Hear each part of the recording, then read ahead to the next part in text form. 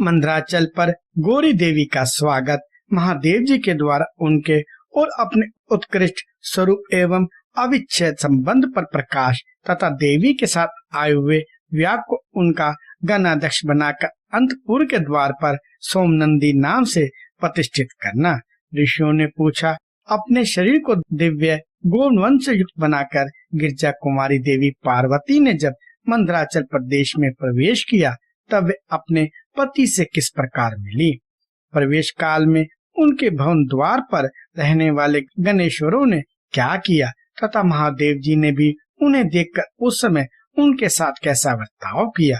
वायुदेव ने कहा, जिस प्रेम गर्भित रस के द्वारा अनुरागी पुरुषों के मन का हरण हो जाता है, उस परम रस का ठीक ठीक वर्णन करना असंभव है। द्वारपाल बड़ी उतावली से राह देखते थे। उनके साथ ही महादेव जी भी देवी के आगमन के लिए उत्सुक थे। जब वे भवन में प्रवेश करने लगे तब शंकित हो उन प्रेम जनित भावों से वे उनकी ओर देखने लगे। देवी भी उनकी ओर उन्हीं भावों से देख रही थी। उस समय उस भवन में रहने वाले श्रेष्ठ पार्षदों ने देवी की वंदना की। फिर देवी ने विनययुक्त वाणी द्वारा भगवान त्रिलोचन को प्रणाम किया। वे प्रणाम करके अभी उठने भी नहीं पाई थी कि परमेश्वर ने उन्हें दोनों हाथों से पकड़कर बड़े आनंद के साथ हृदय से लगा लिया। फिर मुस्कुराते हुए वे एक तक नेत्रों से उनके मुख चंद्र की सुधा का पानसा करने लगे। फिर उनसे बातचीत करने के लिए उन्होंने अपनी ओर से वार्ता आरंभ की। देवादिदेव महादेव जी बोले, सर्वांग सुंदरी प्रिय, क्या तुम्हारी वह मनोदशा दूर हो गई जिसके रहते तुम्हारे क्रोध के कारण मुझे अनुनय विनय का कोई भी उपाय नहीं सूझता था। यदि साधारण लोगों की भांति हम दोनों में भी एक दूसरे के अप्रिय कारण विद्यमान है, तब तो इस चराचर जगत का नाश हुआ ही समझना चाहिए। मैं अग्नि के मस्तक पर स्थित हूँ और तुम सोम के। हम दोनों से ही ये अग्नि सोमत जगत प्रतिष्ठित है। जगत के हित के लिए स्वेच्छा से शरीर धारण करके विचरने वाले हम दोनों के वियोग में यह जगत निराधार हो जाएगा। इसमें शास्त्र और युक्ति से निश्चित किया हुआ दूसरा हेतु भी है।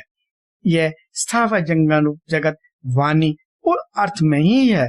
तुम साक्षात वाणी में अमृत हो और मैं अर्थ में परम उत्तम अमृत हूँ। ये दोनों अमृत एक दूसरे से विलग कैसे हो सकते हैं। तुम मेरे स्वरूप का बोध कराने वाली विद्या हो और मैं तुम्हारे दिए हुए विश्वासपूर्ण बोध से जानने योग्य परमात्मा हूँ। हम दोनों क्रमशः विद्यात्मा और विद्यात्मा हैं। फिर हम में विनियोग होना कैसे संभव है। मैं अपने पत्नी से जगत की सृष्टि और संहार नहीं करता। एकमात्र आज्ञा से ही सबकी सृष्टि और संहार उपलब्ध होते हैं। यह अत्यंत गौरवपूर्ण आज्ञा तुम ही हो। ऐश्वर्य का एकमात्र सार आज्ञा शासन है, क्योंकि वही स्वतंत्रता का लक्षण है। आज्ञा से युक्त होने पर मेरा ऐश्वर्य कैसे होगा। हम लोगों का एक दूसरे से विलग होकर रहना कभी संभव नहीं है। देवताओं के कार्य की सिद्धि के उद्देश्य से ही मैंने उस समय उस दिन लीला पूर्वक व्यंग वचन कहा था। तुम्हें भी तो यह बात अज्ञात नहीं थी, फिर तुम कुपित कैसे हो गई। अतः यही कहना पड़ता है कि तुमने मुझ पर भी जो क्रोध किया था वह त्रिलोक की रक्षा के लिए ही था, क्योंकि तुम में ऐसी कोई बात नहीं है जो जगत के प्राणियों का अनर्थ करने वाली हो। इस प्रकार प्रिय वचन बोलने वाले साक्षात परमेश्वर शिव के प्रति श्रृंगार रस के सारभूत भावों की प्राकृत जन्मभूमि देवी पार्वती अपने पति का कही हुई यह मनोहर बात सुनकर इसे सत्य जान मुस्कुराकर रह गई। लज्जावश कोई उत्तर ना दे सकी। केवल कौशिकी के यश का वर्णन छोड़कर और कुछ उन्होंने नहीं कहा। देवी ने कौशिकी के विषय में जो कुछ कहा उसका वर्णन करता हूँ। देवी बोली, भगवान, मैंने जिस कौशिकी की सृष्टि की है उसे क्या आपने नहीं देखा है।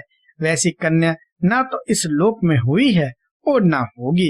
यूं कहकर देवी ने उसके विंध्या पर्वत पर निवास करने तथा सम्रागणों में शुभ और निशुम्भ का वध करके उन पर विजय पाने का प्रसंग सुनाकर उसके बल पराक्रम का वर्णन किया। साथ ही यह भी बताया कि वह उपासना करने वालों लोगों को सदा प्रत्यक्ष फल देती है तथा निरंतर लोगों की रक्षा करती रहती है।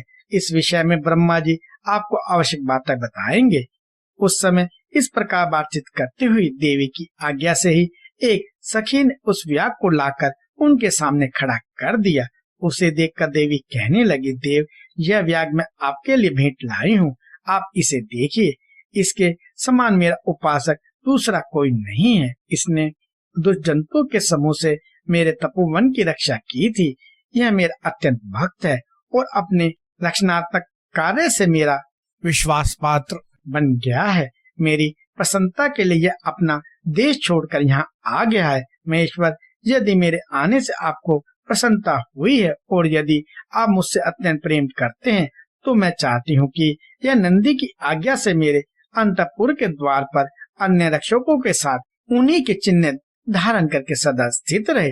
वायुदेव कहते हैं, देवी के इस मधुर और अनंत गुत्वा प्रेम बढ़ाने वाले शुभ वचन को सुनकर महादेव जी ने कहा, मैं बहुत प्रसन्न हूँ। फिर तो वह व्याग उसी क्षण लचकती हुई स्वर्ण जटित वेद की छड़ी, रत्नों से जड़ित विचित्र कवच, सब किसी आकृति वाली छुरी तथा रक्षकोचित वेश धारण किए गणाध्यक्ष के पद पर प्रतिष्ठित दिखाई दिया। उसने उमा सहित महादेव जी और नंदी को आनंदित किया था, इसलिए सोमनंदी नाम से विख्यात हुआ। इस प्रकार देवी का प्रिय कार्य करके चंद्राभूषण महादेव जी ने उन्हें रत्न भूषित दिव्य आभूषणों से भूषित किया। चंद्रभूषण भगवान शिव ने सर्वमनोहारिणी गिरिराज कुमारी गौरी देवी को पलंग पर बिठाकर उस समय सुंदर अलंकारों से स्वयं उनका श्रृंगार किया।